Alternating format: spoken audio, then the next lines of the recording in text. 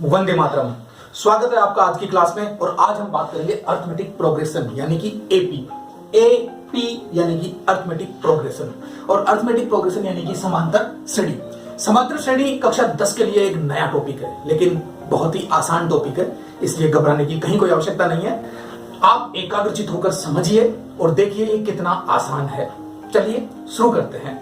समांतर श्रेणी किसी संख्याओं का एक क्रम होता है। कैसे? जैसे देखिए आप, मैं संख्याएं लिखता हूं। मैंने लिखा 2, 4, 6, 8 और आगे लगा दी 3 डॉट। इसका मतलब ये क्रम आगे चल रहा है।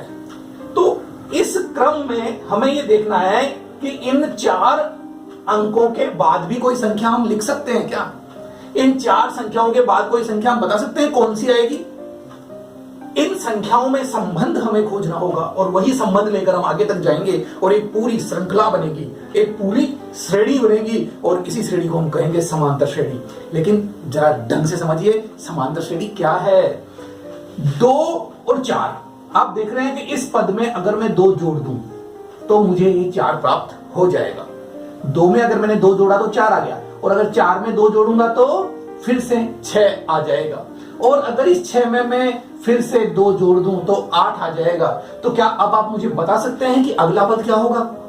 अगला पद होगा 10। बिल्कुल सही जवाब। क्यों? क्योंकि 8 में 2 जोड़ने पर मुझे 10 प्राप्त हो जाएगा। और अगर इससे अगला पद भी निकालना हो तो कितना होगा? 12। और उससे अगला पद भी आप निकाल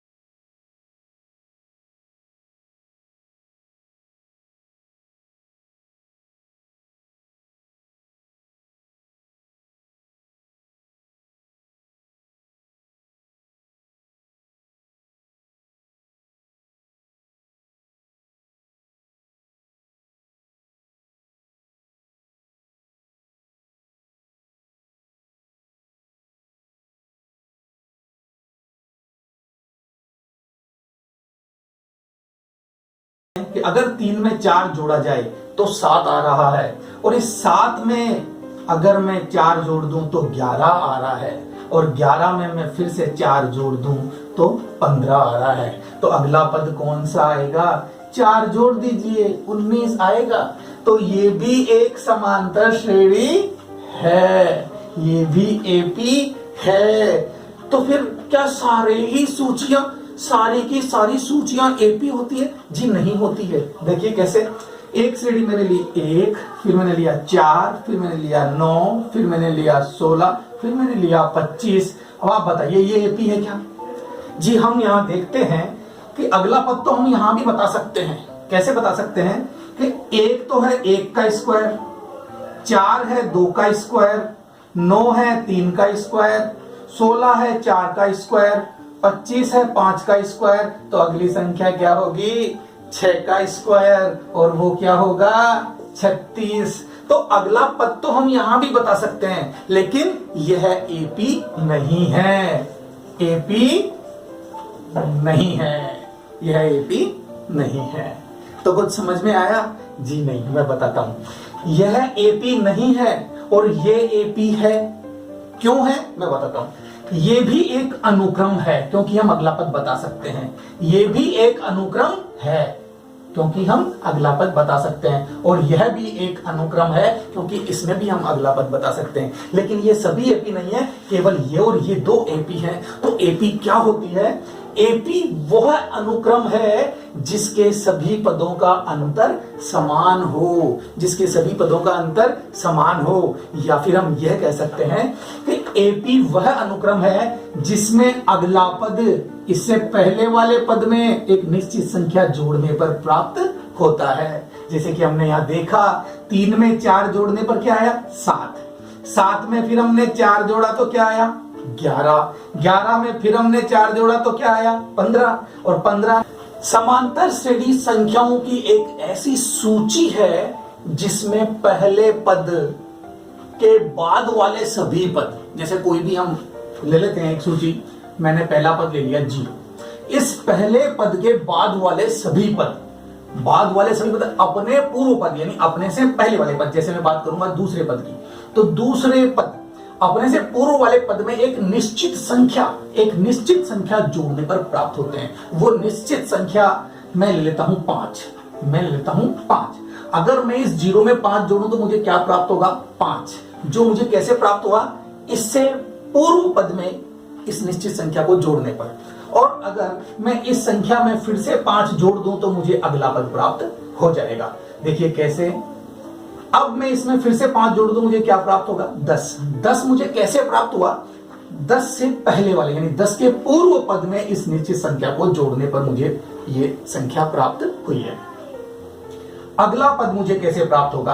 अगला पद आएगा 15। ये कैसे आया? ये 15 आया इससे पूर्व पद में 5 जोड़ने पर, यानी कि 10 में 5 जोड़ने पर यह पद आया है। इसलिए एक एपी क्या होती है? समांतर श्रेणी संख्याओं की एक ऐसी सूची होती है जिसमें इस पहले पद को तो आप छोड़ दीजिए क्योंकि पहला पद तो फिक्स होगा, इसको किसी में जोड़कर प्राप्त नहीं करते हैं।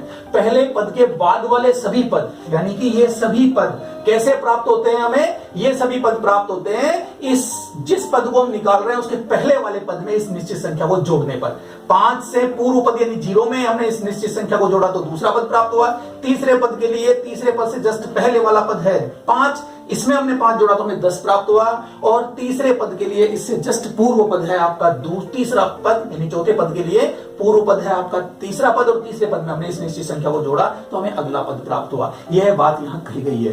देखिए यह जो निश्चित संख्या होती है, कौन सी? ये वाली। ये जो निश्चित संख्या होती है ये धनात्मक हो सकती है, ये ऋणात्मक हो सकती है, और ये 0 भी हो सकती है। जैसा कि हम एक एग्जांपल देख लेते हैं। मैंने लिखा 2 2 2 2, तो ये एपी है।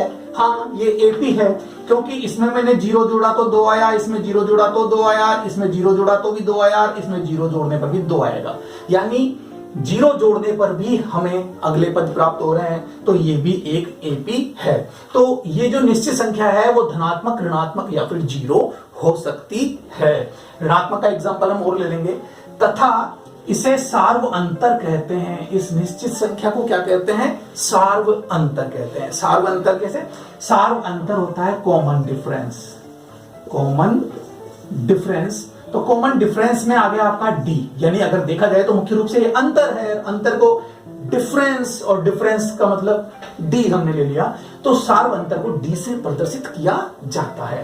सार्व अंतर को डी से प्रदर्शित कर रहे हैं। चलिए ये बात हो गई हमारी समांतर श्रेणी की, और एक एग्जांपल हम और लेते हैं। मैं एक एग्जांपल लेता हूं, ये मैंने लिया 1 में अगर मैं 6 जोड़ता हूं तो मुझे मिलता है 7, फिर 7 में अगर मैं 6 जोड़ता हूं तो मुझे मिलता है 13, फिर 13 में मैं 6 जोड़ता हूं तो मुझे मिलता है 19। इस तरह से आपने देखा कि हमें 6 जोड़ने पर अगला पद मिल रहा है।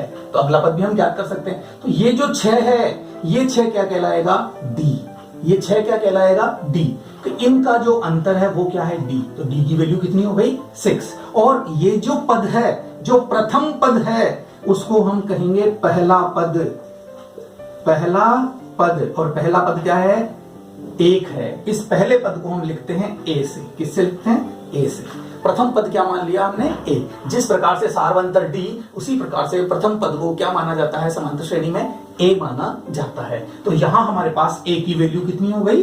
1। तो a की वैल्यू तो हो गई 1 और d की वैल्यू कितनी हो गई 6। आप चाहे तो d की वैल्यू देखो निकालते कैसे हैं। आपको पता है कि इनका अंतर है वही d है, आपको पता है कि इनका जो अंतर है वही d है, तो वही d है, दूसरा नहीं है। लेकिन d की वैल्यू आप ऐसे भी निकाल सकते हैं। मैं इसे हटाता हूं और आपको बताता हूं कि d कैसे निकालते हैं। देखिए d हमें निकालना है, हमें d कैसे निकालना है कि d किन्हीं भी दो क्रमागत पदों का अंतर होता है, इसका अंतर भी d है, इसका अंतर भी d है, इन दोनों का अंतर भी d है। तो d निकालने के लिए हम क्या करते हैं, हमेशा बाद वाले पद में से पहले वाले पद को माइनस करते हैं। तो हमने a2 माइनस a1 कर दिया। हम अगर चाहें तो हम a3 माइनस a2 भी कर सकते हैं, यानी इसमें से इसको भी घटा सकते हैं। और अगर हम चाहें तो a4 माइनस a3 भी कर सकते हैं, और अगर हम चाहें तो a5 माइनस a4 भी कर सकते हैं। d क्या होता है, दो क्रमागत यानी क्रम से दो पद हैं, उन पदों का अंतर होता है d, और d सदैव बाद वाले पद में से पहले वाले पद को माइनस करने पर प्राप्त होगा। d सदैव बाद वाले पद में से पहले वाले पद को माइनस करने पर प्राप्त होगा। तो यहां हम देखें कि d बराबर a2 minus a1, a2 minus a1 मतलब 7 माइनस 1, 7 माइनस 1 जो कि कितना प्राप्त हुआ 6। अगर आप देखना चाहें तो a3 माइनस a2 यानी कि 13 माइनस 7, ये भी कितना प्राप्त हुआ 6। a4 माइनस a3 यानी कि 19 माइनस 13 कितना प्राप्त हुआ 6, और अगला भी आपको 6 ही प्राप्त होगा। हम देख रहे हैं कि सभी जगह d समान आ रहा है, तो d को हम कहीं से भी ले सकते हैं। साधारणतया d हम शुरू के दो पदों से ही निकाल लेते हैं। तो ये हुआ हमारा a और d पता करना किसी भी समांतर श्रेणी में। और इस तरह से हम समांतर श्रेणी के और सवाल भी लेंगे जिन्हें हम आसानी से और बहुत ही आसानी से हल करेंगे। चलिए लेते हैं। मान लीजिए किसी भी AP का पहला पद, क्या कहते हैं, पहला पद, पहला पद जिसे मैं क्या लिख दूं, A1 लिख देता हूं, ठीक है, A1। दूसरे पद को क्या लिख दूंगा, A2। तीसरे पद को क्या लिख दूंगा, A3। चौथे पद को क्या लिख दूंगा, A4। पांचवें पद को क्या लिख दूंगा, A5। इसी प्रकार से हमारी किसी समांतर श्रेणी में जितने भी पद होंगे हम इस प्रकार से उनको दर्शा सकते हैं। किसी भी समांतर श्रेणी के पहले पद को क्या मान लिया जाता है, A मान लिया जाता है। पहले पद को क्या मान लिया जाता है, A मान लिया जाता है, और हमने इस पहले पद को A मान लिया। तो देखिए दूसरा पद हमें कैसे प्राप्त होता है, दूसरा पद कैसे प्राप्त होता है। आपने देखा कि समांतर श्रेणी में पहले पद के बाद वाले सभी पद अपने पूर्व यानी अपने जस्ट पहले वाले पद में एक निश्चित संख्या जोड़ने पर, और वो निश्चित संख्या क्या है, सार्व अंतर यानी कि d। तो इस पहले वाले पद में अगर मैं एक निश्चित संख्या को जोड़ दूं जो कि d है, तो मुझे अगला पद प्राप्त हो जाएगा, यानी मुझे दूसरा पद प्राप्त हो गया a प्लस डी। अब इसी प्रकार से अगर मैं इस दूसरे पद में एक d और जोड़ दूं तो मुझे उससे अगला प्राप्त हो जाएगा, यानी a प्लस 2d। मैंने एक d और जोड़ दिया। समझ में नहीं आया तो देख लीजिए आप, ये a प्लस डी तो पहले वाला पद था, इसमें मैंने एक d और जोड़ दिया तो ये d प्लस डी कितना हो गया, 2d। हुआ कि नहीं हुआ, इसलिए मैंने इसको इस प्रकार से लिख दिया। तो a प्लस 2d हमारा क्या हो गया, तीसरा पद हो गया। तो साहब अब चौथा पद कैसे मिलेगा, चौथे पद के लिए तीसरे पद में d जोड़ दो, उस निश्चित संख्या को ही तो जोड़ते जाना है, AP बनती जाती है। तो लीजिए ये है मेरा a प्लस 2d, और इसमें एक d और जोड़ दूंगा तो कितना हो जाएगा, a प्लस 3d।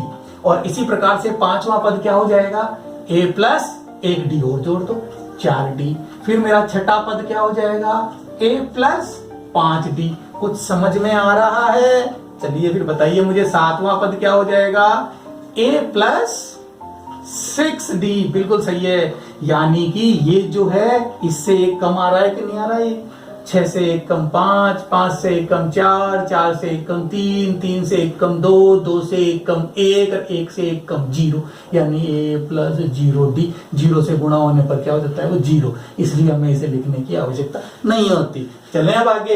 अब आप मुझे बताइए कि आठवां पद क्या होगा, a प्लस क्या क्या क्या 7d। बिल्कुल सही है। चलो फिर आठवें के बाद आप मुझे बताइए नौवां पद क्या होगा, a plus 8d, a plus 8d। तो इस प्रकार से आपने नौवां भी बता दिया। चलो मैं अब आपसे पूछता हूं, आप मुझे बताइए 15वां, बीच में कुछ पद छोड़ देते हैं हम, आप मुझे 15वां पद बताइए। 15वां पद क्या होगा, 15वां पद क्या होगा, a plus 14d। Very good. तो आप मुझे बताइए, कुछ और छोड़ देता हूं और आप मुझे बताइए 35वां पद A35। 35वां पद क्या होगा? 35वां पद क्या होगा? A प्लस कितने डी? 35। 15 है तो 14, 9 है तो 8, 5 है तो 4, 35 है तो 34 डी। इस प्रकार से आप मुझे अगला पद बता सकते हैं। तो फिर बताइए आप A50 यानी 50वां पद क्या होगा? A प्लस 49 डी होगा कि नहीं होगा? ठीक है, अब आप मुझे बताइए, आप 100वां पद बता दीजिए। चलिए 100वां पद हो जाएगा A प्लस 99 डी। वाह, आपके तो समझ में आ गया। चलिए मैं इस चीज को और आगे लेके जाता हूं और अब आप मुझे बताइए A 500वां पद। तो 500वां पद क्या होगा? A plus 499 D. तो निकाल सकते हैं आप। अब अगर मैं आपसे पूछूं कि nवां पद बताइए, nवां पद क्या होगा, तो क्या बताएंगे आप? A प्लस इससे एक कम, बताइए n से एक कम क्या होगा? n से एक कम, n ना इससे एक कम है तो लिखना है, 500 से एक कम 499, तो n से एक कम क्या होगा? n minus 1। अजी n में से एक घटेगा नहीं तो लिखेंगे तो ऐसे ही ना, n माइनस 1। ये हो गया एक कम, तो ये हो गया d, यानी ये हो गया हमारी श्रेणी का, समांतर श्रेणी का nवां पद। क्या हो गया? ये समांतर श्रेणी का nवां पद। तो देखिए ये हमारी समांतर श्रेणी का व्यापक रूप कहलाता है। ये हमारी समांतर श्रेणी का व्यापक रूप कहलाता है और इसका nवां पद क्या है? ये रहा। यानी हम इसमें n का मान कुछ भी रखें तो हमें वो पद मिल जाएगा। जैसे कि अगर हम समझते हैं कि मुझे चाहिए 60वां पद, मुझे कौन सा पद चाहिए? 60वां पद बताइए। तो मैं क्या करूंगा? A 60 यानी n की जगह क्या आ गया? 60। तो A की जगह A और n की जगह 60 माइनस 1 और इंटू डी, यानी कितना मिल गया? A प्लस 59 डी, जिसे आप चाहते तो डायरेक्ट नहीं लिख सकते थे क्या? लिख सकते थे। तो ये सूत्र आपके समझने के लिए है, nवां पद बताने के लिए है। बाकी आप लिख तो कोई सा भी पद डायरेक्ट सकते हो। आपसे पूछा जाए A 70वां पद बताओ, तो A प्लस 69 B 70वां पद है, बता सकते हैं ना? Very good. तो ये है हमारी समांतर श्रेणी का व्यापक रूप और इस तरह से इसके अगले पद हमें प्राप्त होते हैं। है कि नहीं आसान? चलिए अब हम इससे बेस्ट कुछ सवाल लेते हैं और इस व्यापक रूप को एक बार आपको ढंग से मैं लिख के और बता देता हूं।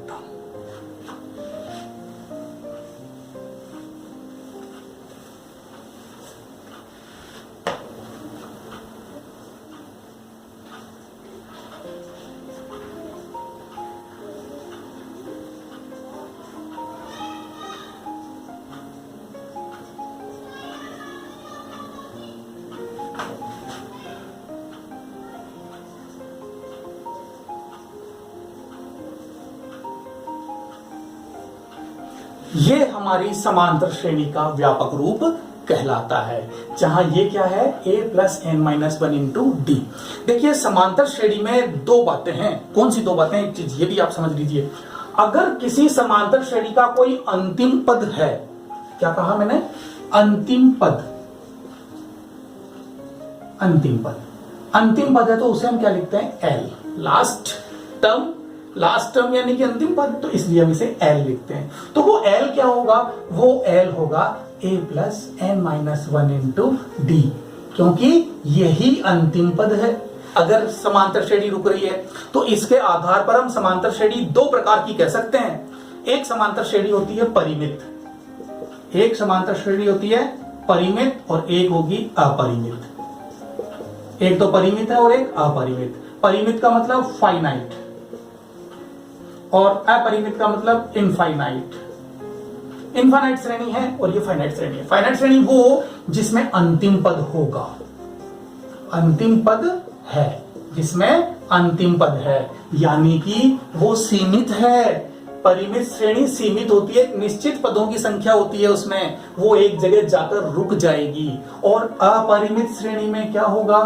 अंतिम पद नहीं होगा, इसमें अंतिम पद नहीं होगा। क्यों नहीं होगा? क्योंकि ये तो अपरिमित है, ये तो लास्ट तक जाती ही जाएगी। जैसे कि हमने अभी श्रेणी लिखी, मान लो मैं लिख देता हूं 2 4 6 8 10 और आगे 3 डॉट लगा दिए, तो इसका मतलब ये हुआ कि कि ये तो कंटिन्यू आगे तक जाएगी, कहां तक जाएगी ये आप भी नहीं बता सकते, क्योंकि आप भी नहीं बता सकते कि संख्याएं कहां खत्म होगी।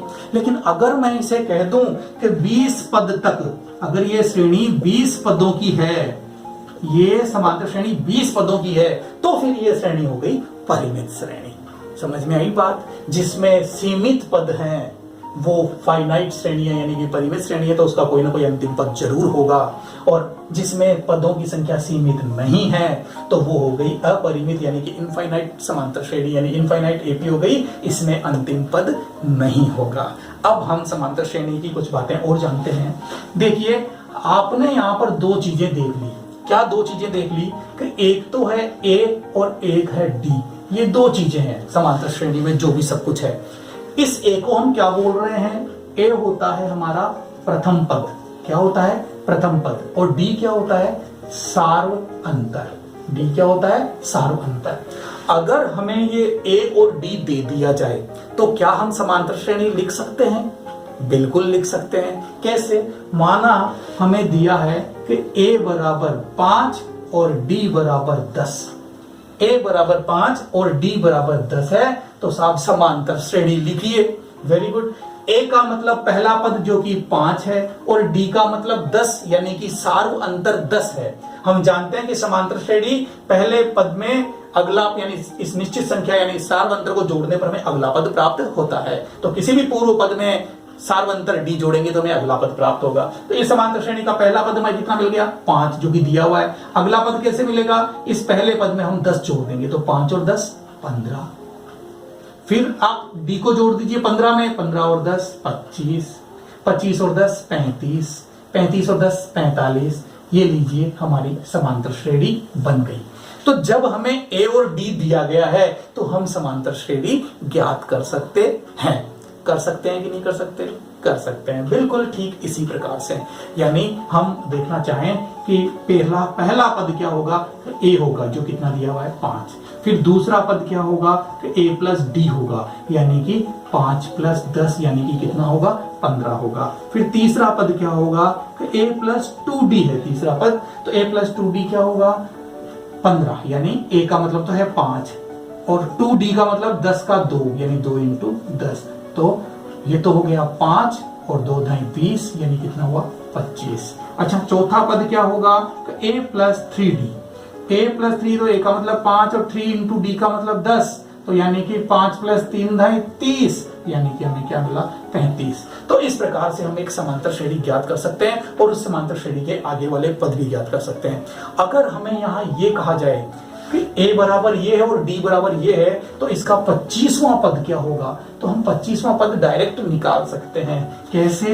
A25 is equal to A plus 24 D, और ए की वैल्यू 5, 24 की जगह 24, डी 24 से गुणा हो रहा है, तो डी का मान है 10, तो यानी कि 5 प्लस 24 को 10 से गुणा किया तो 240, और जोड़ा तो कितना हुआ? 245, जो कि क्या है?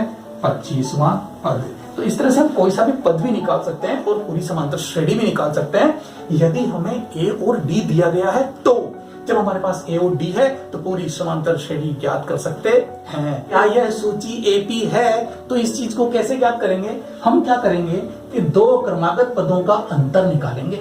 दो क्रमागत पदों का अंतर निकालेंगे। अगर वो अंतर समान है तो फिर ये सूची एपी है, और अगर अंतर समान नहीं है तो फिर ये एपी नहीं है। तो अंतर कैसे निकालते हैं? अंतर को हम कहते हैं डी, और डी कैसे निकालेंगे? हमेशा बाद वाले पद में से पहले वाले पद को माइनस करते हैं डी निकालने के लिए, क्योंकि पहले वाले पद में कुछ जोड़ने पर ही तो अगला पद आता है। तो अगले पद में से पहले वाले पद को माइनस करने पर हमें क्या प्राप्त होता है? डी प्राप्त होता है। तो चलिए हम डी निकालते हैं, और ये जो डी है ना, वो कोई भी दो क्रमागत पदों का अंतर होता है, किन्हीं भी दो क्रमागत पदों का अंतर डी होता है। तो यहां हम डी निकालते हैं a2 माइनस a1, यानी इन दोनों पदों का। तो a2 का मान है -2 और a1 का मान है 1, और हमारे पास जवाब आ गया -3, यानी इसे हम कह सकते हैं D1, क्योंकि हमने दो पदों के बीच में एक डी निकाला। अब जरा अगला भी डी निकाल ले, तो इसे हम कह देते हैं D2। D2 कह दें तो क्या हो जाएगा? -5, यानी अगर मैं लिखना चाहूं पदों के नाम से तो A3 माइनस A2, यानी तीसरे पद में से हमें दूसरा पद माइनस करना होगा। तो हम क्या करेंगे? तीसरा पद हमारे पास कितना है? -5, फिर माइनस a2 कितना है -2। देखिए माइनस तो है ही, लेकिन a2 का मान -2 है, तो a2 की जगह मैंने ब्रैकेट लगा के -2 लिखा है। अब इसे मैं सोल्व करूं तो -5 और इन दोनों को सोल्व करूंगा तो +2 और जवाब मेरे पास क्या आएगा -3।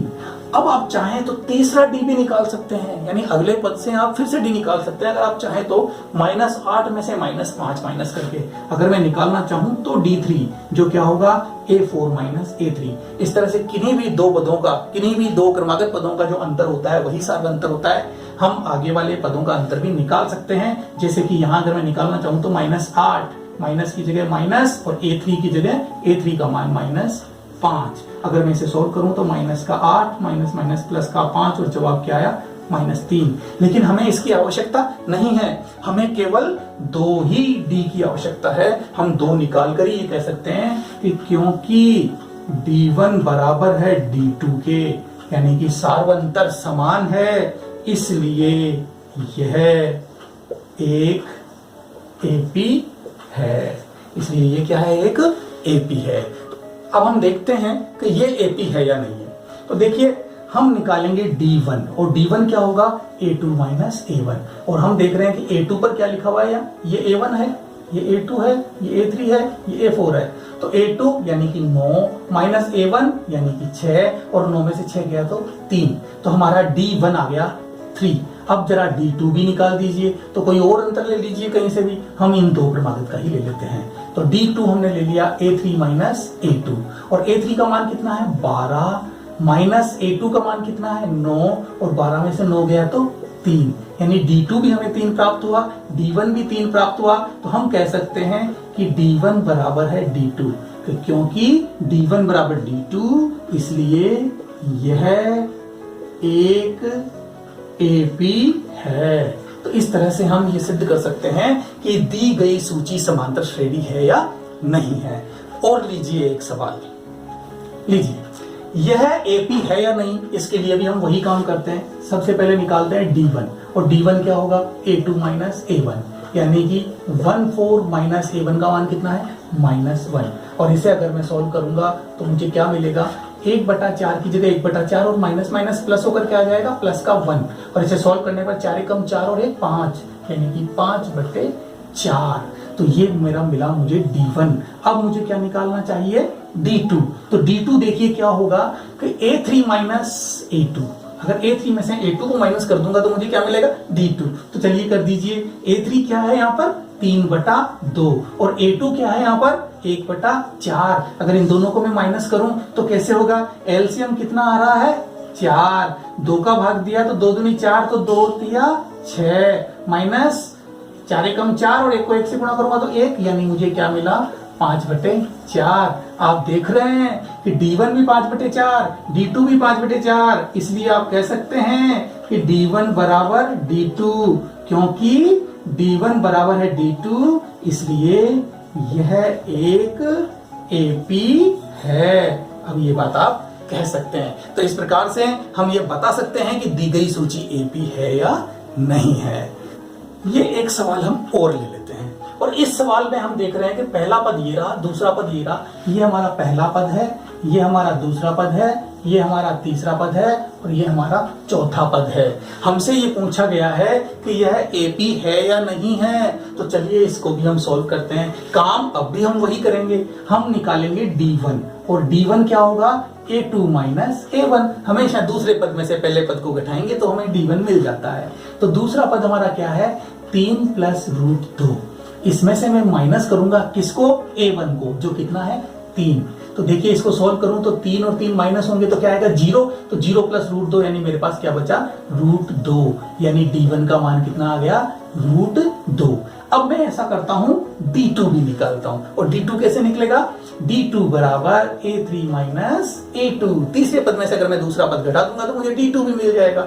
चलिए तीसरा पद हमारा क्या है, ये रहा 3 + 2√2 और इसमें से मुझे माइनस करना है। मैं इसे एक बार ब्रैकेट में लिख दूं, समझ में आ जाएगा। इसलिए अब दूसरा पद माइनस करना है, तो दूसरा पद है 3 + √2। इसको भी मैं एक बार ब्रैकेट में लिख देता हूं, क्योंकि जब भी बाहर माइनस हो ना, जब माइनस करते हैं तो संख्याओं को ब्रैकेट में डालना बहुत जरूरी है, वरना गड़बड़ हो जाती है।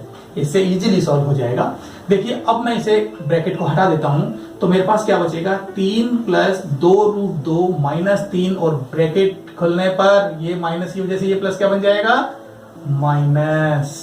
ये बात तो आपको पता ही होगी क्योंकि ब्रैकेट का मतलब गुणा है, माइनस प्लस से गुणा होगा तो माइनस। और वैसे भी इस पूरे को हम खोलेंगे तो यही आएगा। चलिए अब हम लेते हैं आगे। देखिए ये 3 माइनस का और ये 3 प्लस का तो कट गया, तो मेरे पास बचा क्या, मेरे पास बचा 2√2 माइनस √2। अब अगर मैं इसे सोल्व करूं तो यहाँ 2√2 है और ये 1√2 है, 2√2 में से 1√2 माइनस हो गया तो क्या बचेगा मेरे पास √2, यानी D2 भी मुझे कितना मिल गया √2, D1 भी √2।